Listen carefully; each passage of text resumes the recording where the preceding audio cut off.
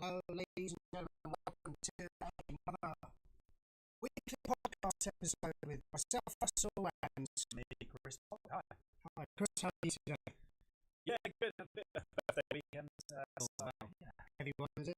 No, heavy. I'm not too sure that's what I think we celebrate by going early. You can tell me what really happened after the street finished. No golfing season's over. Let's hope on Thanksgiving. Okay. Thursday. It's quite a day in the market, so we grab my and get out. Yeah, well, it's 3-2 down for the year, so I feel like the ball's in his court. Cool. I mean, speaking about the US, I mean, main thing is that the data is back. Yeah, this is finally here. Non-farm payrolls. We are getting it currently on Thursday. I'm presenting at university on Thursday, which is already booked in, so that's rather disappointing. But I think it could be an absolutely, well, it may be a huge number, but bear in mind this is not the October number, right? We're in November now, mid-November, getting on the late November, and we're going to be finding out numbers from September's job report, not October's job report.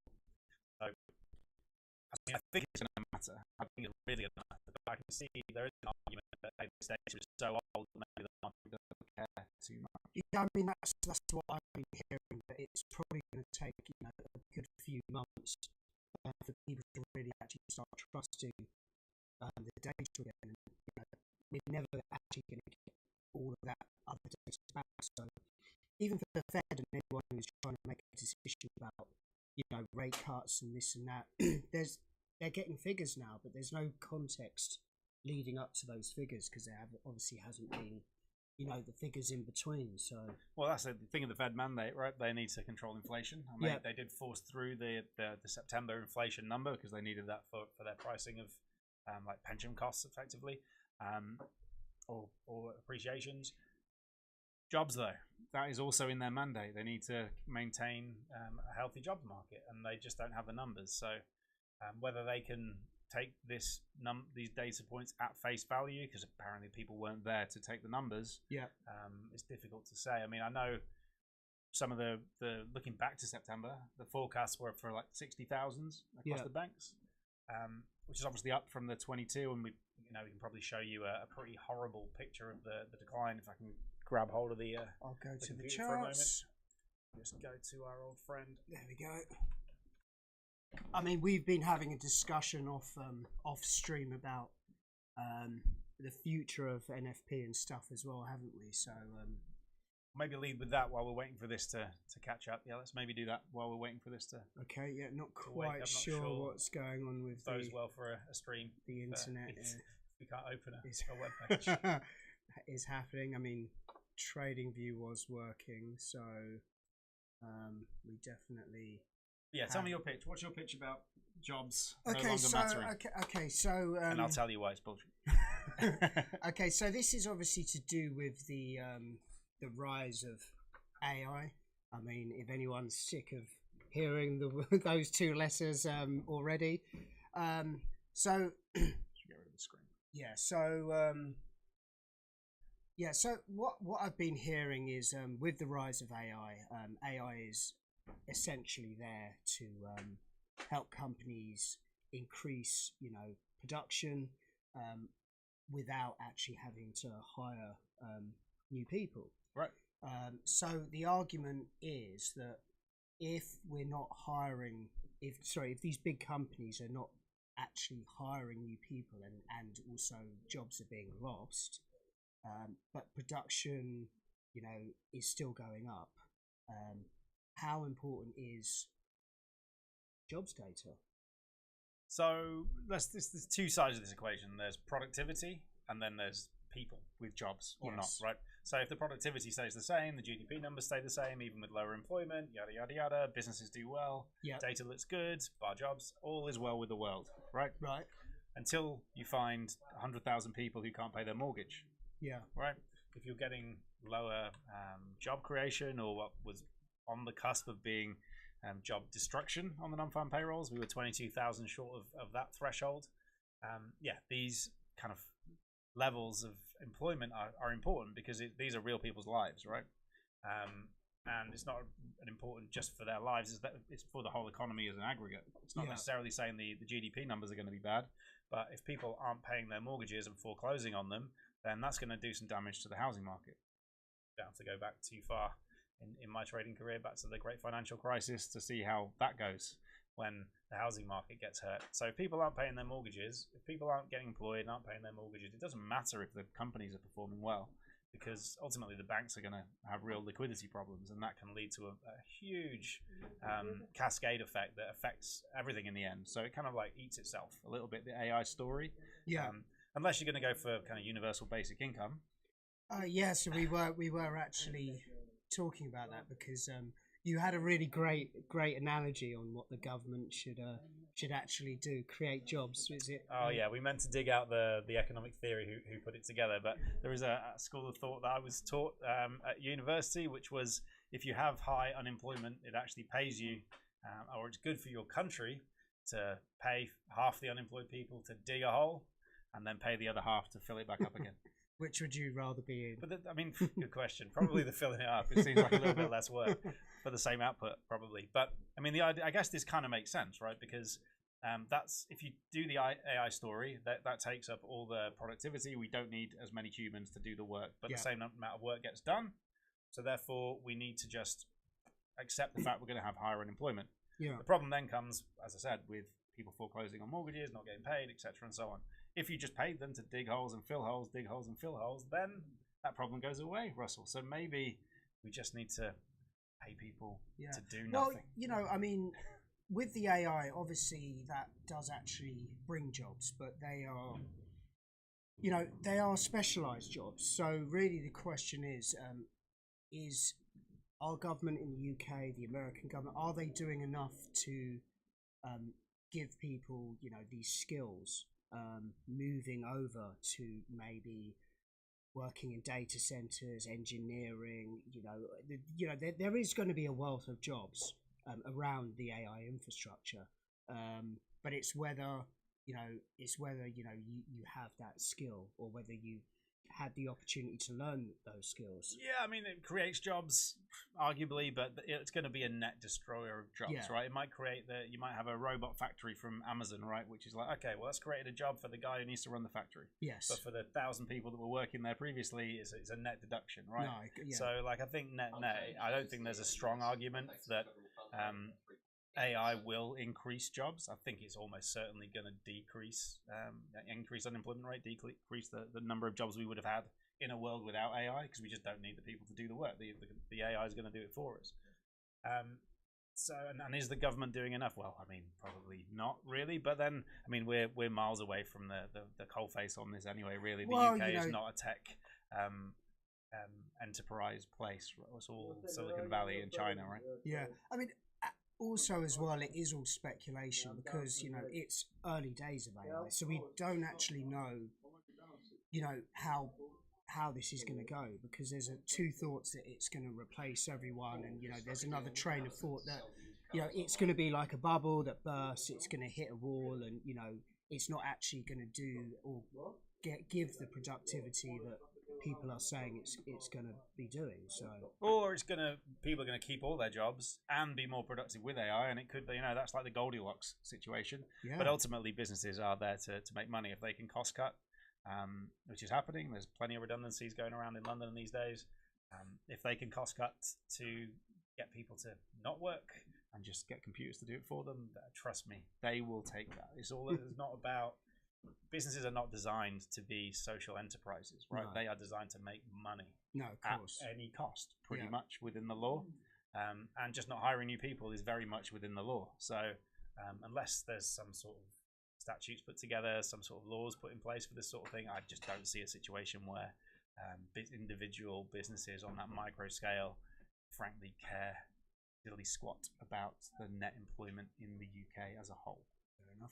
So it seems like it wasn't our fault. It seems like Forex Factory might actually just be down. So good. I'm just hoping we can switch to investing.com, or maybe if you know of another one that we can use. No, this is good for me if I can find it. It's always a busy one, the investing.com calendar, so let me just narrow down to Thursday for you. Where are we? And we'll have a look at these non-farm payroll figures, right? So we don't actually, on these calendars, certainly on the Forex Factory earlier, there were no non-farm payrolls. Yeah, there were no forecasts on the current one. This 60,000 that I'm quoting you came from what the forecasts were before we no longer got non-farm payroll. So maybe there's an adjustment to these forecasts. Maybe we're just not going to get a forecast, which is also going to complicate things. That is very interesting. But the point is, what was this looking like? Well, I mean, this has been a bleed out, right? This doesn't look quite like last time. Okay, fair enough. Well, you can see the kind of story anyway. This has been COVID skews the numbers a little bit. Don't have to be a trend following an analyst to see what's going on here, right? Yep. Jobs are being destroyed, net. We're not getting the normal kind of 100, 200,000 growth that we were used to seeing pre-COVID, and then obviously for a long time after COVID, but certainly not recently. It's been very low numbers, and now extremely low numbers. So this trend has been lower. Granted, I mean, there are lows in trends, and maybe this is the low, and maybe we are going to get a bounce back. But yeah, it's not looking. I don't see that that's going to be happening personally. No, I hadn't seen it on the Forex Factory. They don't do it this way. They quote the initial number, so we haven't seen a negative print. But it was on the revision for August that we had that negative print. But we haven't had a first release negative print in this whole cycle since COVID times, effectively. And that was on the cards. And there is obviously the debate whether Trump was quite keen and the administration in the US were keen to just not get jobs data anymore because it's not going to tell the narrative that they're hoping to spin. Yeah. But I don't really read into that. I mean, you can go drive yourself crazy for trying to second guess Donald Trump and his motivations. Just want to see the numbers, try and work out if they're any good or not, and then we'll see how the market reacts to that. But without true forecast this time, unless you want to use that 60,000 as a jumping off point, it might be difficult to trade on the figure. And given it, like you say, do people even care? It's so old, the number. And maybe, like you say, that people just aren't going to care about jobs in the same way. Maybe the follow-throughs on non-farm payrolls may not be as they were. By far the biggest economic data release in terms of stock market volatility over the past few decades, like by 50% in terms of average volatility. Maybe it kind of rationalizes itself lower in your well, example. I think we've got a bit of time before that actually sort of sees effect. I mean, we've really got to start to see this shift change of like masses of jobs losses to AI first. So the next thing maybe we should discuss is about the Fed's decision, because the rumours are growing now that there might not be a cut, and I think at last count it was almost a 50-50 decision, right? Anytime you've got 50-50 splits this late, I say this late, we're 3.5 weeks away from the next Fed meeting. Fairly late to be 50-50, I'd say. That makes makes any economic data more important. Yeah. If we had certainty on, or near certainty on where the interest rates would be anyway, regardless of the data, then maybe the numbers don't matter so much. So this to me does make it slightly more interesting that we are on that 50-50. I haven't checked it today, but it was certainly there on Friday. I heard this morning, so it hasn't shifted on anything over the weekend. I mean that bodes very well. I think one of the things it bodes very well for people who want to trade economic data, because you're going to get reactions as the market starts to land on one side of that equation. Yeah. Or maybe it doesn't. Maybe it's very unclear going into the Fed, in which case the Fed itself will be an incredible trading opportunity. So at some point, whether it's the economic data releases that dictate what the Fed will do, or maybe they're not clear and we don't know what the Fed will do, there will be a really, really good news trades available for you over the course of the next 3.5 weeks. Well, I feel like from what I hear about Powell saying he doesn't want to cut because there's been no data. So I think his school of thought is, if I've got nothing to work on, it should just stay the same. Yeah, what was the analogy of driving in the fog? Right? Yeah, that was him. Yeah, yep. So he was like, if you're driving in the fog, what would you do? You either slow down or stop. So that's what he's saying. At the moment, he's driving in the fog with no data coming in. So that was his statement. Whether he holds that view coming into, whether Trump puts pressure on him, as he always does. And it isn't just Powell, though. So this is why maybe the other Fed members who we'll hear from over the course of the next couple of weeks will be interesting to listen to. Again, those Fed speakers, a 50-50 split, will be more important than normal. Well, the hawkish. What I heard was the hawkish people are getting louder. So, well, there we go. Yeah, it'd be interesting to see how that plays out. I think there is a chance that, well, we had a bit of weakness, unusual weakness in the stock market. Really, since April, it's just been pretty straight line up. We've seen a few kind of pretty nasty moves on the stock market of late. Maybe we can toggle over to those charts. Especially the Bitcoin move. Well, Bitcoin has basically lost all the money that it's gained from the beginning of the year, right? From last October. I'm not quite back to Trump being announced as president levels, but just to have a look at the stock market, we're having a few pretty nasty days. We did mention this on the morning call we did, that these lows tend to be being bought into pretty nicely. Yeah, we've often seen every time we've had some of these like spiky lows, they've been green days on my charts at least afterwards. As of yet, that's not the case here, but I'll maintain a little bit of optimism today. We can talk about levels maybe before we sign off, because the market's still open 23 minutes. But yeah, this is kind of in the middle of a range. We have earnings on Wednesday night, the most important earnings of the whole season. This is NVIDIA. Right? Yes. This is the biggest company in the NASDAQ, the biggest company in the S&P, even in the Dow Jones these days, albeit small fry. What's going to happen here? The sentiment is that it's going to be positive earnings, right? The numbers will be good. Yeah. But does that mean anything? Because as Michael Burry was saying, obviously he's shutting down his Scion Capital now, having taken those huge shorts on Palantir and NVIDIA. He was saying it doesn't matter. The guys, the way they're accounting for the runoff of these chips, they don't last the 10 years that they're saying they're going to last. They last 2 or 3. It doesn't make sense from an accounting perspective why they would do so well. So I think the numbers will be good. I mean, all the numbers were pretty good. Even Facebook, that went down 10%, the actual headline numbers were good. They were better than the market forecast. It was just a capital expenditure that kind of freaked the market a little bit. So the numbers will be good. I'm not interested in whether they're good or not. I'm interested in how the markets react to that. Yeah. So if the numbers are excellent, if the numbers are excellent and the market goes down, well, we could be in a very interesting place, because it's the biggest company in US indices these days, and that is what happened at the end of the dot-com bubble. We had a streak of good earnings. Granted, this hasn't happened everywhere yet. We had a streak of good earnings, and every single time the earnings pumped, they then dumped immediately afterwards. And this really could be, and I don't think we're at bubble territory really yet. I know we're talking about it, but I'd like to see it inflate a little bit more, please. And normally this is a time of year when it does push higher. But if that happens, and bearing in mind that's on a Wednesday, then that's after the market close on Wednesday. Before the market opens, we're getting the first non-farm payrolls in 2.5 months. Yeah.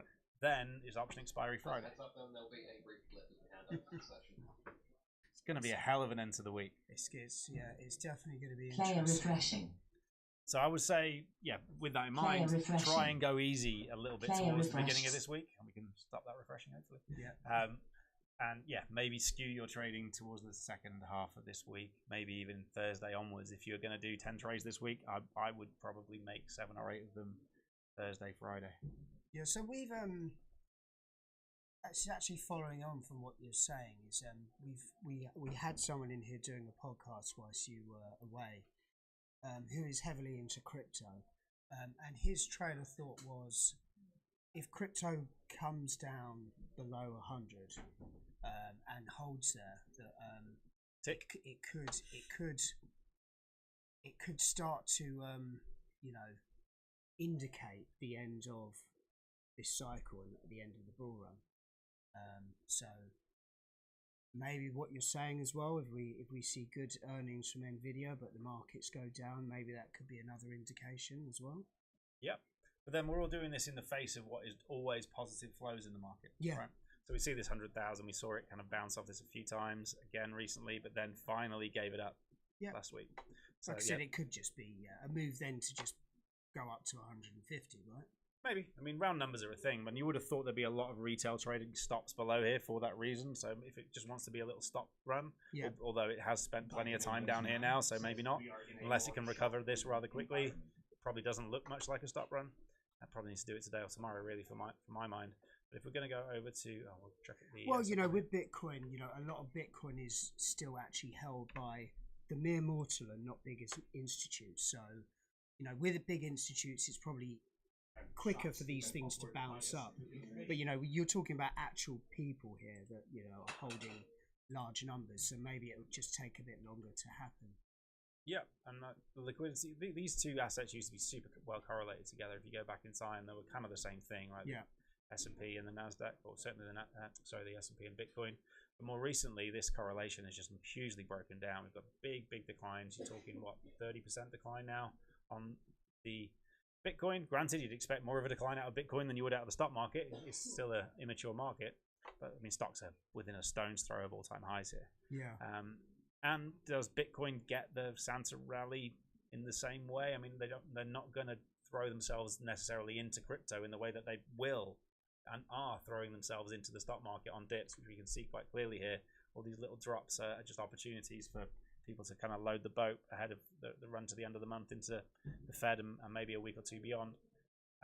Yeah, I think this decoupling doesn't look like it matters too much if crypto is going to struggle. I still think stocks can actually do okay just because of the seasonality effects. Okay.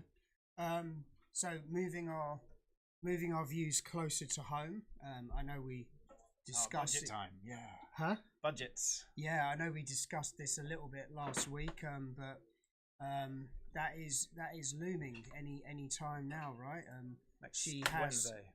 She has two budgets that she can put forth. One would be breaking the mandate and charging us all extra income tax, and the other one is a bit more conservative. So break the mandate or break the bond market? Which one do you want to do? Well, I'm guessing for the country, you'd be better off breaking the mandate. I would have thought so.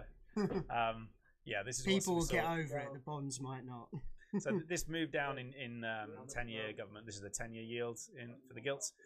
This decline that we saw was after rumor came in that we were going to get that 2 percentage points put on income tax. Yeah. So therefore, bondholders were saying, "Hey, okay, great. If you actually pay for some of these spendings that you're doing, fair enough. We don't need to charge you quite so much for our money." Yeah. Then rumors were out in the FT on Thursday night, Friday morning, and then we had this big gap on gilts, biggest gap we've seen since April, because now the feeling is that might not necessarily happen. And as a result, the bond investors require you to pay them a little bit more. So it's kind of a rock and a hard place thing. Do you break your mandate, lower your chance of being re-elected, which is likely relatively low anyway in a populist or a kind of high inflation environment? You don't get too many re-elections in these periods. So maybe they just do the right thing. Who the hell knows? Just to try and keep things steady. But I mean, your guess is as good as mine, right? I mean, you can look at it from an economic perspective, but politics is just a whole other game, right? There's too many moving parts for my tiny mind to take on. So on that, as a trader, on that budget speech, what moves can you capitalize on? What would be your go-to way of listening, interpreting, and then having a trade idea and then making some money out? Yeah, you want to be well prepared, right? Yeah. You want to know where this. I mean, I think this yield will probably give us a good idea. If we're back up to the 4.7s, I would assume we're maybe not getting the bias is that we're definitely not getting those tax increases. If we get ourselves back to the 4.4s, probably are. Okay. So, but you'll be able to read this from kind of prep that's done in all the major newspapers, online on all the financial journals. You'll be able to get an idea much nearer the time. So it's Wednesday next week. I would dedicate Monday, Tuesday next week maybe to studying this stuff. Yeah. Especially in a week of Thanksgiving where there's not likely too much in the US. So you want to be prepared. What is the market expecting? And then you want to be trying to find out when, obviously, listen to this live. It'll be on the BBC, so you'll get no lag on the news. You'll be getting it as quick as any trader out there. You'll be able to then go, okay, is she in line with what the market was, what we were expecting, or is she not? Okay. Then for me, it's an order flow story, right? Yeah. I want to see action happening. I want to see people getting caught and people responding to this, institutional money or large capital coming into the markets at certain prices.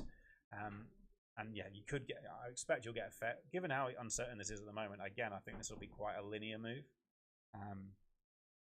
Hey, I've been wrong before. So that's just on the bonds. I mean, would you also be looking to trade the FTSE as well? I hate the FTSE as a trading asset. Like, I'll happily trade it on earnings and month-end stories, month beginnings, but there's no order flow for me. So it's not an asset that I like to play with. I'd rather trade cable than the FTSE. So I think I'll be looking there. Yeah. So what pairs would you look at? The yen? Cable yen? Yeah, we're talking about this with the guys we're teaching the level 5 to at the moment. Like, the yen's a great thing to trade against, because generally when all this big events are coming out, big news in the US, for example, or this budget, Japan will be asleep, right? Or at least they'll be through their working day and some. So there's not going to be any politicians who are going to be speaking to media and getting reports out. There's not going to be any curveballs thrown into the yen specifically at that sort of time. So it's quite nice to keep it when you trade currencies, it's obviously it's a ratio of strength between two currencies, right? You're not just trading the pound in isolation. You've got to pick something. Yeah. So arguably the yen is a nice one from that perspective. You probably want to have an idea of what else is strong that day. There's a really good currency strength meters out there that you can use. If you're seeing the Rachel Reeves being a little bit more hawkish and saying, hey, we're going to be able to sort this out, maybe that's going to firm up the pound. And then therefore you might want to find a currency that's pretty weak to trade against, and vice versa. That's actually great advice to me. Yeah, it's easily done. Like the currency strength meters, I can probably throw it up on here, assuming their website's working. It's really easy to look at. I kind of recommend this for trading economic data anyway. You are into that sort of thing.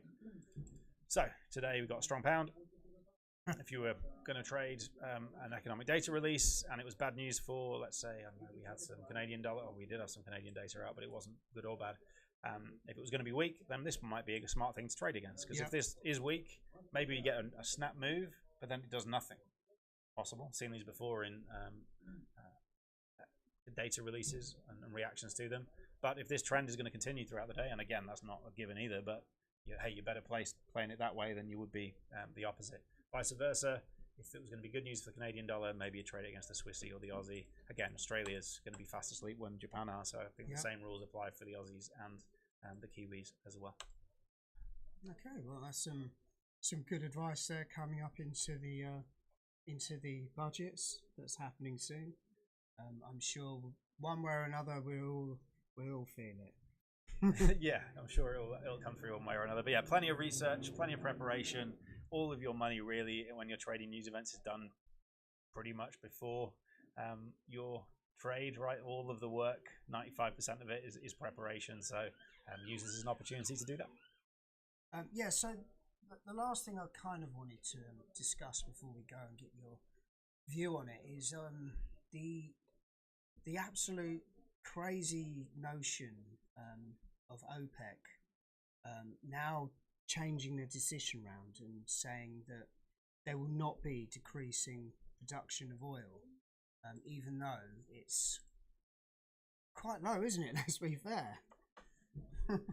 I mean, maybe they feel that recessions are looming and they just want to get out as much out of the ground here at this price than they would do when it's down at 30s. I mean, I just don't see it going down there in a what feels like a structurally inflationary environment. I mean, we keep coming back to these equal lows that we've popped in. Just feel like we've got to take them, right? This is just liquidity waiting to be snapped up. Who knows? Maybe that's what's going to keep me away from loading the boat when it does turn. Trading oil is just trading news, right? You're just trading news constantly. If you're not a news trader, just leave oil alone, in my opinion. I don't think it's the sort of thing you want to try and trade technically only. Use your technical analysis to maybe support your fundamental thesis. But if you're not following the news and they are thick and fast at the moment, was it last Was it this day? Yeah, it was. Well, Tuesday, I mean, just Wednesday. They had OPEC news. Yeah. We had IEA news, and we had them refilling their strategic petroleum reserve. All And dumped then in one day. on Friday there was that attack on an oil terminal, or there was something. The on Ukrainian attack. Yeah, I was long oil on Friday. Partly because of that, partly because I like to be long oil at the moment. Yeah. A little bit of this gap close, it made me interested too. So yeah, that was some more news. It's constant flow with all the geopolitics that's going on. You never know when Iran's going to be around the corner with something else. Yeah, it's a news trading life, oil. So if you hate news trading, leave it alone. If you like it, it could be for you. So if they do decrease, if they don't decrease production, and we're seeing more and more, need for oil, so we could expect oil to start really visiting lower areas, right? Yeah, so if they don't decrease production, assuming same demand, then that's going to be excess supply is economics 101. Yeah, I mean, there's going to be a flaw here somewhere, right? And where supply gets kind of constrained. I just don't understand the decision behind it. Well, it's cash flow. Maybe they just want to get as much money out of the ground. They're still profitable here. Most of OPEC are making money here, right? They're not too worried. Not Shell and not anything sort of like taken out of the North Sea, right? Well, it's kind of sure they still make a little bit, but it's on the margins more in the North Sea than it is in the Middle East. That's for sure. So maybe they just need to crush the North Sea oil out of the equation, shut it all down, and then if they can keep it suppressed at $30 for 2 years, might do a job for that. I don't know. I mean, I'll just start driving more, maybe. Maybe I'll get a driving job. Maybe I'll get a driving job. So because petrol will be cheap, won't it? That's it. Okay, cool. Well, have you got anything else to kind of add to what we've been discussing today? Anything we might have forgot? No, probably not in the 8 minutes before the open. I've got a tiny bit more market prep to do, so that's probably a good place to call it. We've got a little deep dive into AI and random economic theories in there, but I think real focus and takeaway at the moment should be news. Uncertainty around news is excellent for news trading. So economic data, understanding that the Fed are nowhere near consensus on whether, or the market doesn't think they're near consensus on whether there'll be rate cuts or not, and this will she, won't she with Reeves, I think it's going to be a hell of a week. Yeah, well, get strapped in, eh? All right, and I'm going to strap out. Let's go. All right, cool. Take care. Have a great day, and thank you very much. See ya.